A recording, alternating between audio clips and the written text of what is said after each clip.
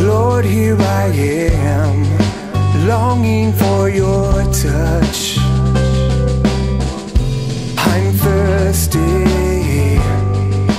into your hands I surrender all to you. When I was about 9 years old, I remember waking up one Christmas morning and ran out into the living room to see what Santa had left me, and there was a brand new shiny drum set. I remember I was just really excited to pick up the drums and start playing.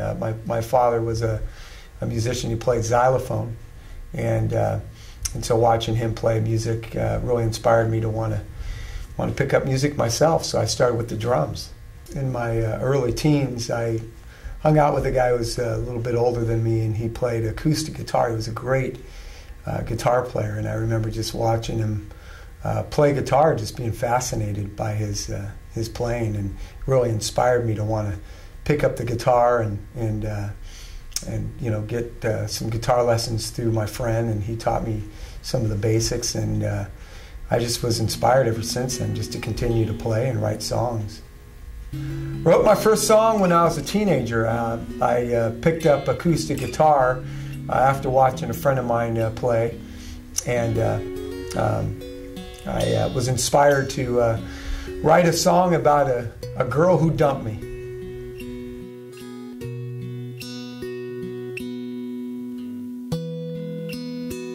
And I remember the pastor that night was talking about the resurrection of Jesus Christ, and from somebody like myself who lost my father when I was a young boy, death to me was a scary thing. But I remember Greg Laurie, the pastor of Harvest, talking about the resurrection and how Jesus had conquered death, and I wanted that same victory. So I accepted Jesus into my heart that night back in 1987.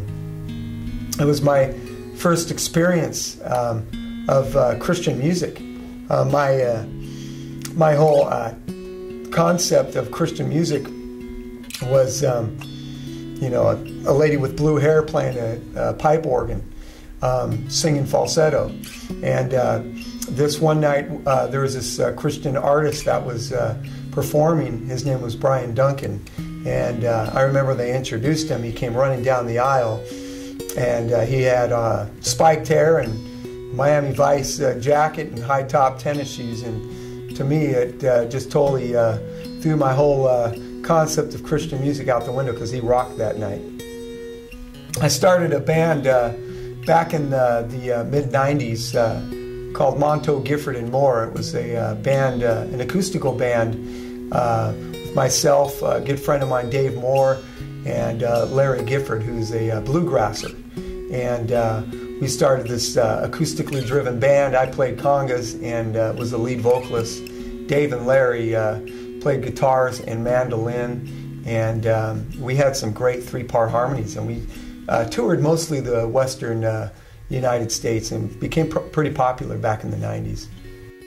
Back in 2003, I started a band with my family called New Influence, and we called ourselves New Influence because we wanted to tell the world the influence that Jesus Christ has made in our lives. So we put together a CD released back in 2003, and went on the road promoting our CD and looking for opportunities to share our music. And we traveled for about 2.5, 3 years full-time doing music across the country. Oh, you, Lord, you fill me up.